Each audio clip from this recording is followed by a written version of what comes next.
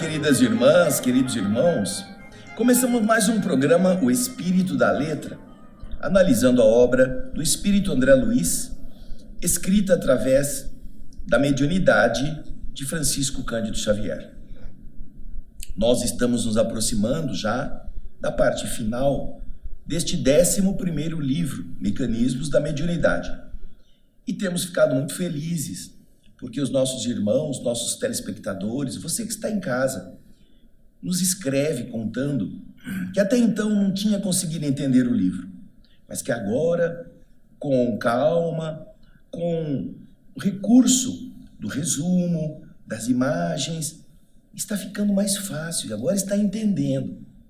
E isso é um esforço que acaba chegando ao seu objetivo, que é justamente o de fazer você descobrir as riquezas que estão às vezes ocultas atrás de uma letra um pouco difícil, em termos técnicos, coisas assim que não usamos normalmente no nosso dia a dia. O objetivo do Espírito da Letra é exatamente este. E se você puder, envie para os seus amigos a informação, o nosso link, para que o YouTube seja também aproveitado com a descoberta de outras pessoas que estão buscando a informação. Nós ficamos felizes porque também o YouTube nos informa que neste canal, youtube.com/o Espírito da Letra, desde quando nós começamos o nosso lar, lá no comecinho, até agora, já foram mais de 10 milhões de visualizações. Coisa linda, né? 10 milhões. Pessoas que viram, pessoas que aprenderam, que estudaram todas estas obras. E você pode ajudar a que isso seja mais rapidamente difundido para mais pessoas. Hoje, nós estaremos vendo o capítulo 17 do livro Mecanismos da Mediunidade, cujo título é Efeitos Físicos. Então, acompanhe conosco a leitura que nós vamos fazer do texto. Hoje não vai ter resumo, porque não é difícil de entender, tá bem? Só os sinônimos já nos ajudarão. Então você que está em casa poderá acompanhar conosco aqui na nossa tela, ou nessa tela aqui, aqui, o nosso texto. Capítulo 17, Efeitos Físicos. Aí você vê já o subtítulo, o primeiro subtítulo, Simbioses Espirituais. Ai, meu Deus, que nome estranho, simbiose, parece escabiose, aquela coisa que dá em cachorro, aquela sarna, simbiose espiritual. Simbiose é apenas o quê? É uma combinação, é uma associação, é um entrelaçamento de duas realidades. Pode ser realidades na área vegetal, onde ambas as partes participam se ajudando ou dependendo uma da outra. Então, a simbiose não é nada mais do que isso, é uma combinação, uma associação, no que ele está dizendo aí, são associações espirituais. É o título. Vamos ver o que ele quis dizer agora no texto. Compreendendo-se que toda criatura se movimenta no ambiente, no seio das emanações que ela produz, que lhe são peculiares, que são próprias dela, intuitivamente perceberemos os processos simbióticos, associativos, dentro dos quais se efetua a influenciação das inteligências desencarnadas que tomam alguém para instrumento de suas manifestações. Aí nós vemos o quê? O ambiente mental, vibratório de cada um de nós, ele serve para que as entidades se sintonizem com aqueles que são semelhantes, afinidades, com aqueles que têm os mesmos gostos, as mesmas inclinações. E aqui, isso não é só com o mundo espiritual, não. Isso acontece no mundo material. Pode ver, todas as pessoas procuram pessoas que gostem das mesmas coisas para formar seus grupos, que se abastecem reciprocamente. Então você vê, tem pessoas que gostam de fazer exercícios físicos, então elas têm amigos que gostam de exercícios físicos, vão para a academia juntos, vão andar de bicicleta juntos, vão correr juntos, vão fazer ginástica juntos. Tem outros que gostam de dança. eles têm amigos que gostam de dança. Então, um chama o outro e vão aos clubes de dança, ou às escolas de dança para melhorar, para aprender. Tem outros que gostam de astronomia, então eles se unem com pessoas que gostam de ver estrelas, que gostam de ter telescópios, que pesquisam sobre isso. É a mesma coisa. O cara que gosta de telescópio não vai na academia. O cara da academia não vai querer ver estrela ou ter essa rotina normal, constante. O cara que vai fazer dança, ele vai ter interesses que são diferentes daquele cara que gosta de estudar línguas, que se dedica à ciência, por exemplo, ou ao estudo de outros assuntos. Então, isso é uma constatação natural.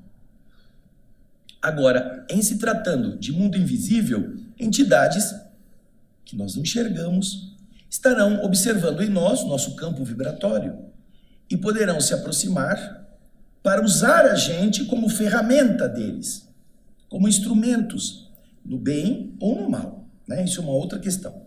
Vamos continuar com o texto. André Luiz vai explicar para a gente. Muitas vezes, essa ou aquela individualidade, ao reencarnar, traz nos próprios passos a companhia invisível dessa ou daquela entidade, com a qual se mostre mais intensamente associada em tarefas e dívidas diferentes.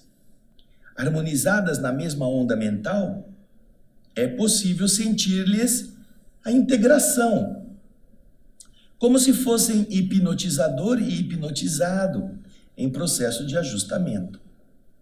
Se a personalidade encarnada acusa possibilidades de larga desarticulação, de largo deslocamento das próprias forças da alma, as forças anímicas, encontramos nesta combinação a mediunidade de efeitos físicos, suscetível de exteriorizar-se em graus diferentes.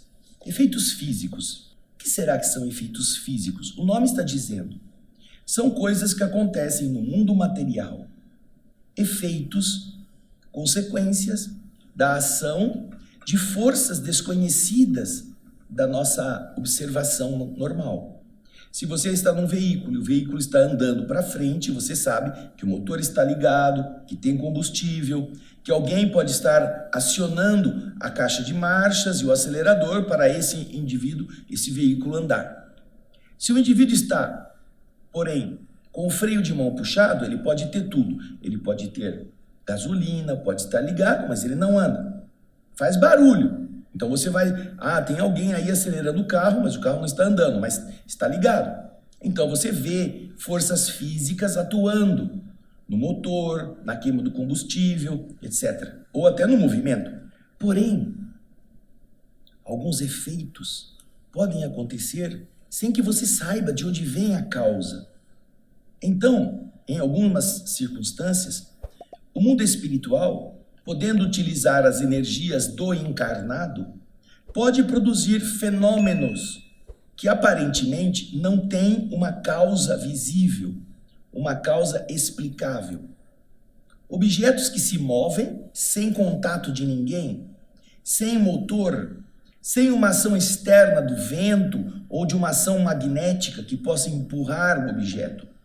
Estes fenômenos, na doutrina espírita, são chamados de efeitos físicos, que são produto da multiplicação dessa combinação de força do plano espiritual com a doação de energia do encarnado. Então ele está dizendo aí que alguns podem estar tão intimamente combinados nessa simbiose antes de reencarnar que eles se comprometem a trabalhar usando a energia do que está encarnado e a companhia do espírito que estará ao lado dele nessa tarefa ao longo da vida.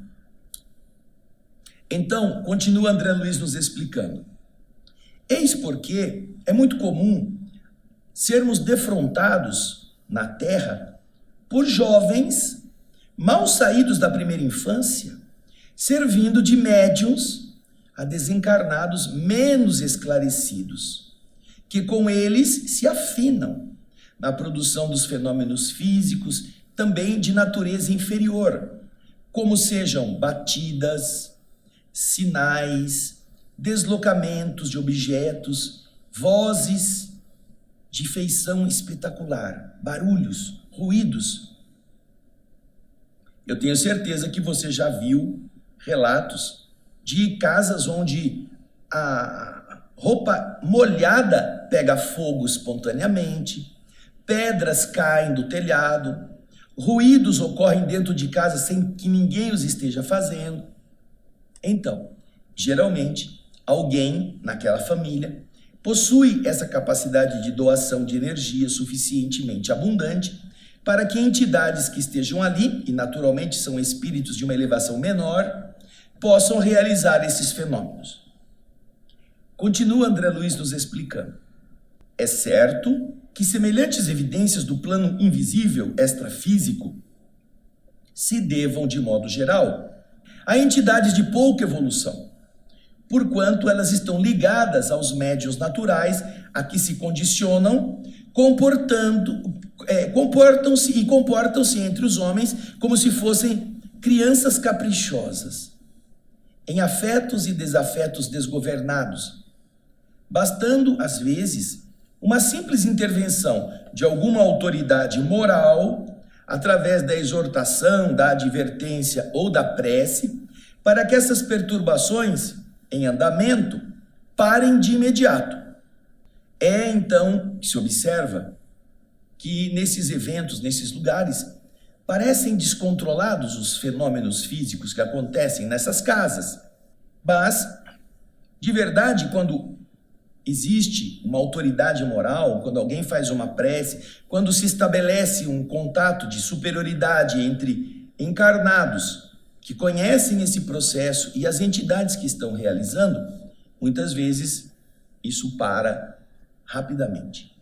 Não é coisa de exorcismo, porque às vezes o exorcizador, assim chamado, ele é mais inferior até do que o próprio espírito.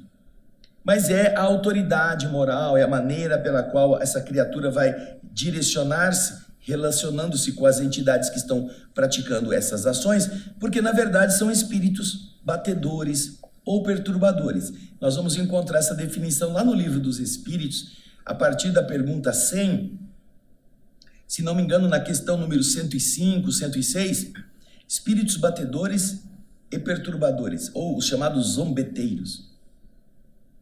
Então, essa ação que ocorre não é a ação do demônio, não é uma coisa maligna, não, é uma reação natural da combinação, da simbiose entre o doador de energia e a entidade que está brincando com ela.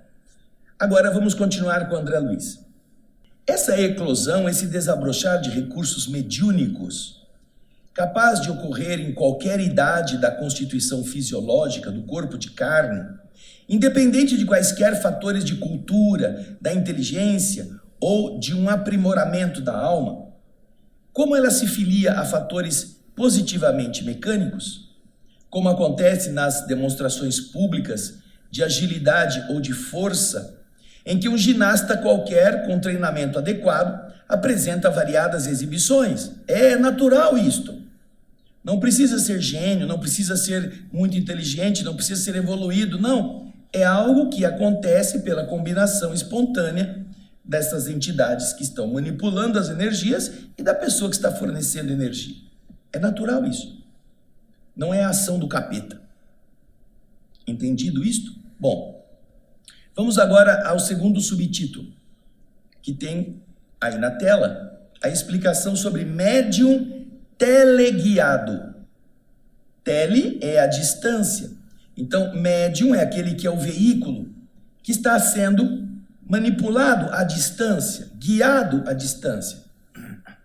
André Luiz está explicando. Imaginemos que persista na individualidade encarnada, no ser encarnado, essa fácil, essa rápida, essa espontânea desassociação das forças anímicas, das energias da alma.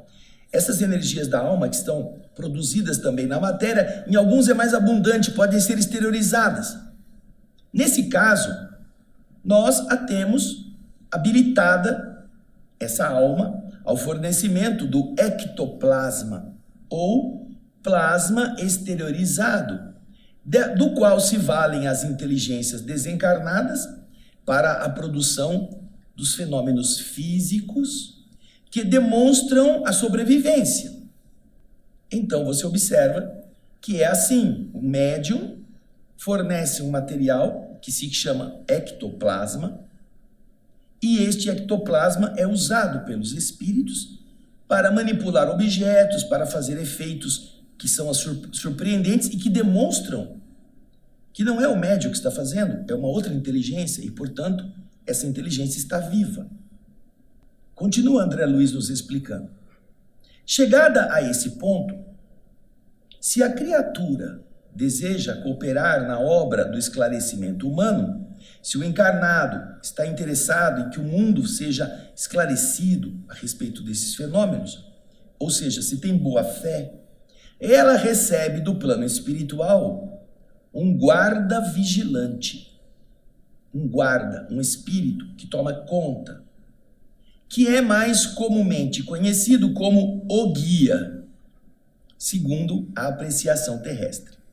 Guarda este, porém, que diante da esfera extrafísica, como ele está do outro lado, tem as funções de um zelador ou de um mordomo responsável pelas energias do médium, sempre de posição evolutiva semelhante. São semelhantes o guia e o doador de energia. Os dois então passam a formar um circuito de forças, sob as vistas de instrutores da vida maior, que os mobilizam, que os utilizam a serviço da beneficência e da educação. Ou seja, é um motor composto de um espírito, que eles chamam de guia, que está geralmente no mesmo nível evolutivo do médium encarnado, e o outro que é o médium, que fornece a gasolina, fornece a força, o ectoplasma.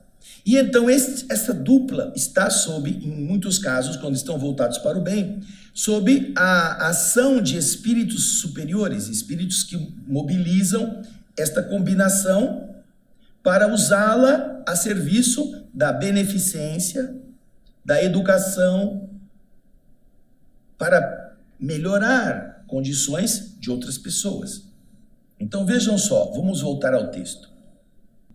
Ambos, o médium e o guia, entre aspas, passam a formar um circuito de forças sob as vistas de instrutores da vida maior, que os utilizam a serviço da beneficência e da educação.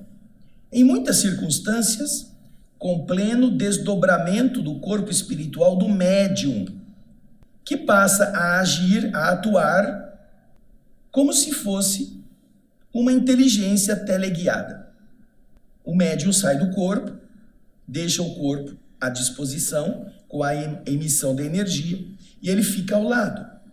E ele passa a atuar como uma inteligência que está também atuando à distância. Daí, diz André Luiz, daí nasce a possibilidade da constituição dos círculos de estudo das ocorrências de materialização, com os fenômenos de telecinesia, que é a movimentação à distância, a começarem nos raps. Raps são essas batidas, esses ruídos. Começam nas coisas mais simples, nas batidas, ruídos, e terminam na ectoplasmia, que é a produção do ectoplasma visível. Olha que interessante. Então, no processo de efeitos físicos, dos quais a materialização é um deles, o médium deixa o corpo e pode ser visto pelos participantes da reunião.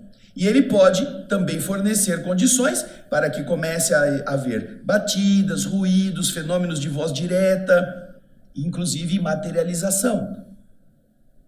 Tornar o espírito visível. Nós temos um programa que já fizemos aqui, nos domínios da mediunidade. Lá no final do nosso programa, nós apresentamos imagens de efeitos físicos, como plasmagem de mãos na cera derretida, na parafina quente, nos discos de vinil que foram entortados, que foram enrolados, como se fossem feitos de papel. todos são efeitos físicos. Veja que interessante. Ele está explicando como isso pode, nas mãos de espíritos elevados, pode ser um fenômeno para o estudo das pessoas interessadas em aprender. Tá certo? Vamos agora a outro subtítulo. As dificuldades do intercâmbio. Não podemos esquecer que o campo de oscilações mentais do médium, aquele campo vibratório que a mente produz, que é um envoltório natural e irremovível que pulsa do espírito, essa psicosfera, né? Que esse campo é o filtro de todas as operações nos fenômenos físicos. Incorporam-se-lhe ao dinamismo psíquico os contingentes ectoplásmicos, essa energia biológica dos assistentes. Então, o médium está lá, os que estão assistindo também emitem essa energia, também podem ser cooptados para doar forças, para que estas forças se reúnam e fiquem mais potentes.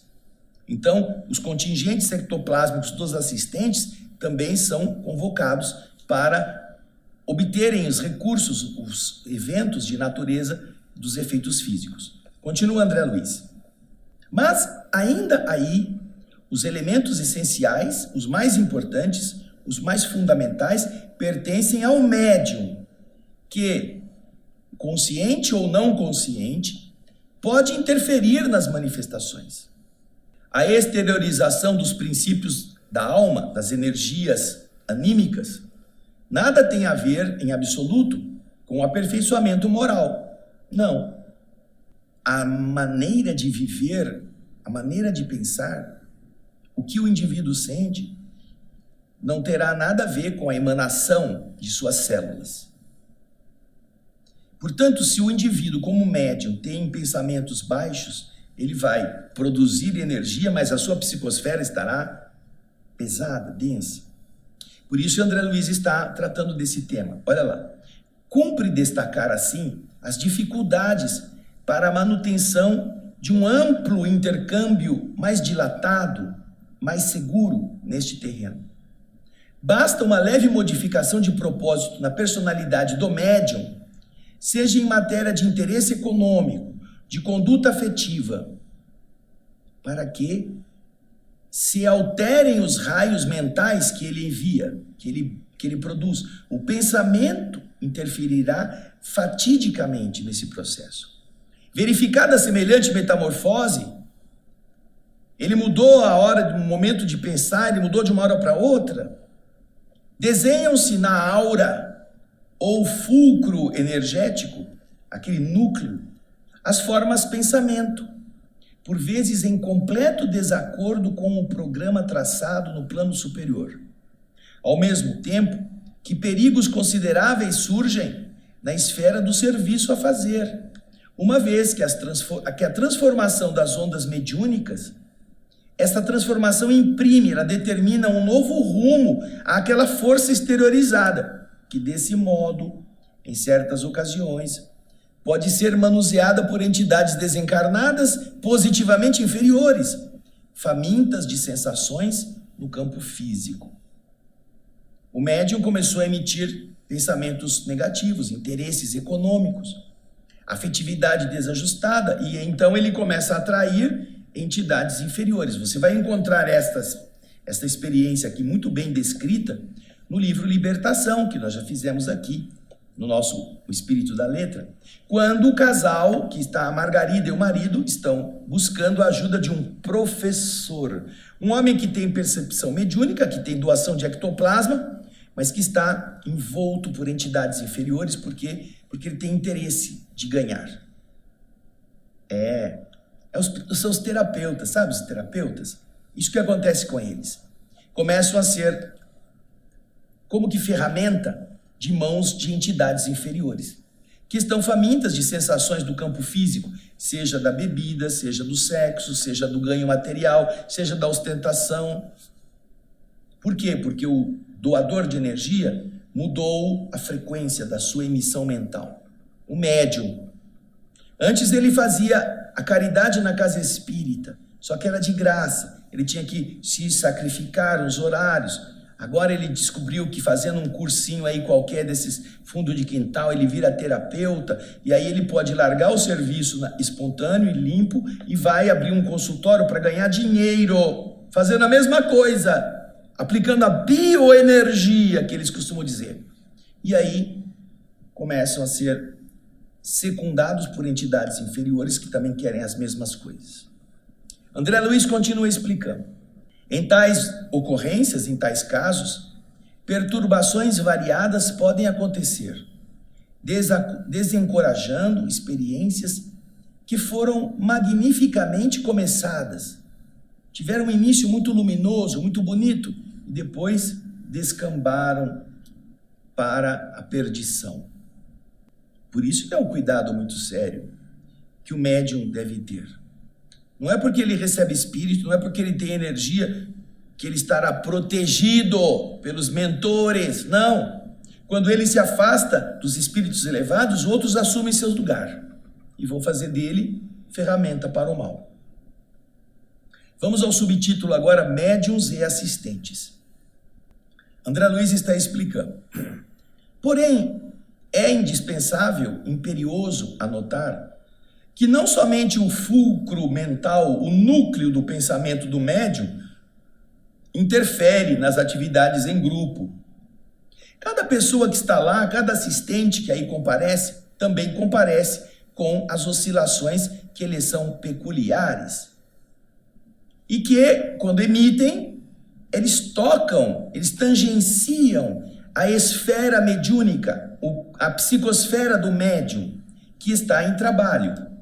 E, se os pensamentos dos assistentes que interferem nesse campo forem diferentes dos objetivos traçados inicialmente, com facilidade se ergue igualmente um fator alternante, por misturar-se de modo indesejável nos agentes de composição da obra esperada, impondo desequilíbrio ao conjunto, como acontece ao instrumento desafinado numa orquestra comum.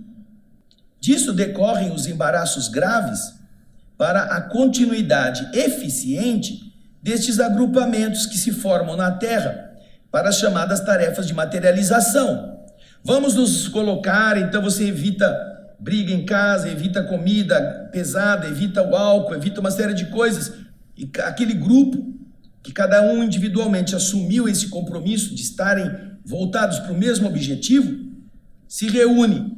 Mas só que no meio do caminho, um deles, eu vou tomar uma pinga, uma cerveja, não vai fazer mal nenhum.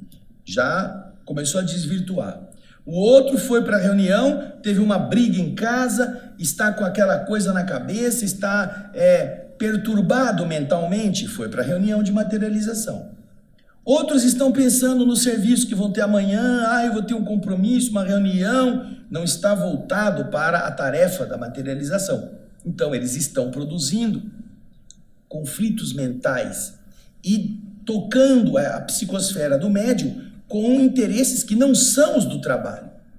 Então, é por esse motivo que nas reuniões de materialização, muitas vezes, os espíritos pedem para tocar música, para as pessoas começarem a visualizar uma imagem, fazer canções, cantem. Então, quando fazem isso, é para harmonizar o pensamento numa mesma direção e trazer as pessoas que estão, às vezes, dispersas para o foco. É muito comum que isso aconteça, porque os espíritos muitas vezes precisam neutralizar as emanações negativas dos encarnados que estão assistindo. Continua André Luiz. Se as entidades espirituais sensatas e nobres estão dependentes da faixa de ondas mentais do médium para a condução correta das forças ectoplásticas ou ectoplasmáticas que ele exterioriza, o médium depende também da influência elevada dos presentes que estão ali ajudando para sustentar-se na harmonia ideal. É por isso que, se o médium tem o espírito parcialmente desviado da meta a ser atingida, sem dificuldade ele se entrega em vigilante às solicitações dos acompanhantes encarnados, quase sempre imperfeitamente habilitados para a realização em vista, surgindo então as fraudes inconscientes, ao lado de perturbações outras, de que se queixam, aliás, inconsideradamente, os metapsiquistas, os que estudam a questão pelo prisma da metapsiquia. Pois, lidando com agentes mentais, longe ainda de serem conhecidos, classificados e catalogados na sua natureza, não podem aguardar equações imediatas, como se lidassem com simples números. Os metapsiquistas, a parapsicologia, a metapsíquica, ela muitas vezes, não, isso daí, o médium que influenciou, o médium, assim, pode ser, mas não tem como medir isto. Porém, é justamente em decorrência da influenciação negativa, da influenciação equivocada de quem está fora na reunião, ou do próprio médium, que acaba espelhando pensamentos dos membros despreparados, que acontecem estes fenômenos, que às vezes são interpretados dessa forma por esses estudiosos, que eles não têm como fazer uma continha de confirmação do resultado, então eles vão catalogar algumas dessas coisas como fraude inconsciente. Agora vamos para o subtítulo, Lei do Campo Mental. Acompanhe conosco. Lamentam-se amargamente os metapsiquistas, eles lamentam bastante, que a maioria dos fenômenos mediúnicos se encontram contaminados de obscuridades e extravagâncias e que, por isso mesmo, a doutrina da sobrevivência, para eles, se mostra repleta de impossibilidades. Eles acatam algumas das dificuldades e diz que nada serve, porque aquele negócio não foi claro. Não é possível estender aquilo que parece ser invisível para todo, porque naquele caso houve um problema. É engraçado como eles funcionam. Imagine que os bombeiros foram chamados ao incêndio e não conseguiram apagar as chamas, deixaram queimar o resto. Aí os metapsiquistas dizem, bombeiro não serve para nada. Não conseguiram apagar o incêndio, não adianta nada ter água, não adianta nada ter aprendido. Todos os incêndios devem acontecer sem que os bombeiros atuem. É assim que eles pensam. E André Luiz está dizendo isso. Estes metapsiquistas estabelecem exigências e depois de atendidos, acusam os médiuns, o aparato mediúnico, de criar personalidades imaginárias. Exageram a função dos chamados poderes inconscientes da vida mental, estranhando que a força psíquica, como um recurso intermediador entre encarnados e desencarnados, não procede, não se comporta na balança da observação humana, como se fosse, por exemplo, as combinações do cloro com o hidrogênio, que você sabe perfeitamente avaliar. Não acontece isso no campo de interação da vida mental. Com referência ao assunto, é necessário destacar, é imperioso salientar, que se desconhece ainda no mundo, não é conhecida das pessoas, a lei do campo mental. Campo. Conhecemos a lei do campo de Einstein, mas a lei do campo mental a maior parte não conhece. E esta lei rege a moradia energética do espírito, segundo a qual a criatura consciente, seja onde for no universo, ela vai assimilar apenas as influências às quais ela esteja afeiçoada, a afinidade. Não importa onde ela estiver, ela vai assimilar influências que sejam semelhantes àquelas que ela está afeiçoada. Cada mente, diz André, é como se fosse um mundo por si mesmo, um mundo próprio, ele mesmo se constrói, respirando nas ondas criativas que ele emite, ou na psicosfera em que gravita, para esse ou aquele objetivo sentimental. conforme os próprios desejos, sem o que a lei de responsabilidade não subsistiria. O indivíduo é responsável por aquilo que ele escolhe, pelo ambiente que ele vai, pelo livro que ele lê, pela televisão que ele assiste, pela frase que ele fala, pela atitude que toma. Por quê? Porque ele se simpatiza com isso. Se ele fosse obrigado a agir contra a sua vontade, não teria responsabilidade nenhuma. Se o indivíduo que se drogou dissesse, não, eu não queria me drogar, mas alguém me obrigou a me drogar, ele não pode ser culpado. Mas ele se drogou, porque ele quis. E é claro que junto disto, ele atraiu entidades que queriam a droga. Mas não foram as entidades que o obrigaram a drogar-se.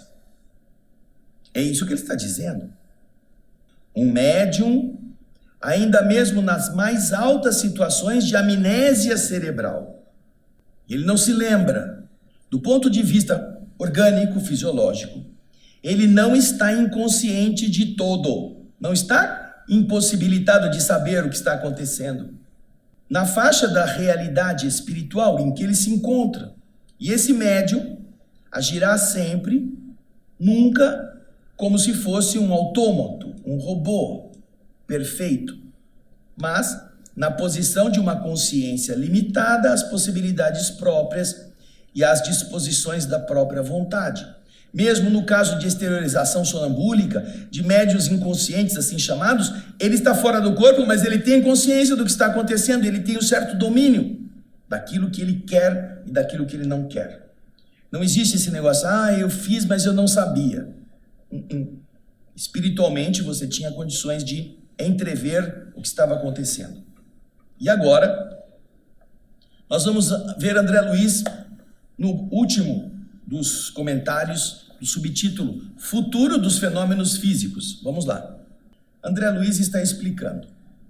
No entanto, devemos declarar que conhecemos em vários países alguns círculos de ação espiritual nos quais essa associação, essa sinergia das oscilações mentais entre médiuns, entre os assistentes e as entidades desencarnadas, essa associação se ergue a níveis convenientes, permitindo acontecimentos de profunda significação no ambiente do mundo espiritual, não obstante, até certo ponto, servirem apenas como índice de poder mental ou de simples informações sem maior proveito para a humanidade.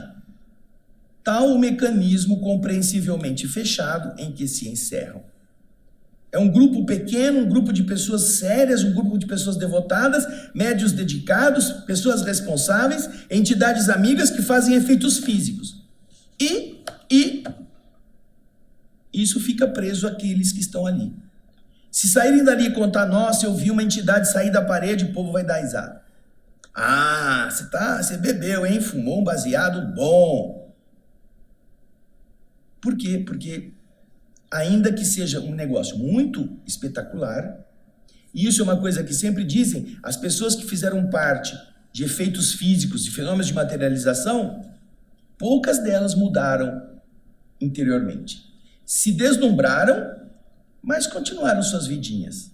Viram espíritos, mas vai saber, né? Vou levar a minha vida do jeito que eu estou acostumado.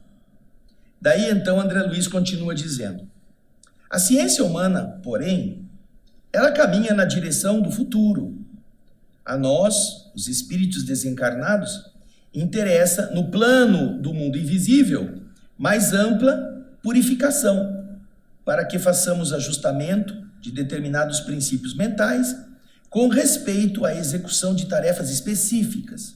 E aos encarnados, é necessária a existência em plano moral mais alto, para que definam com exatidão e propriedade aquela substância ectoplasmática que eles emitem, analisando-lhe os componentes e protegendo-lhe as manifestações, de modo a oferecerem às inteligências superiores mais seguros recursos de trabalho, equacionando-se com os homens e para os homens a prova inconteste da imortalidade.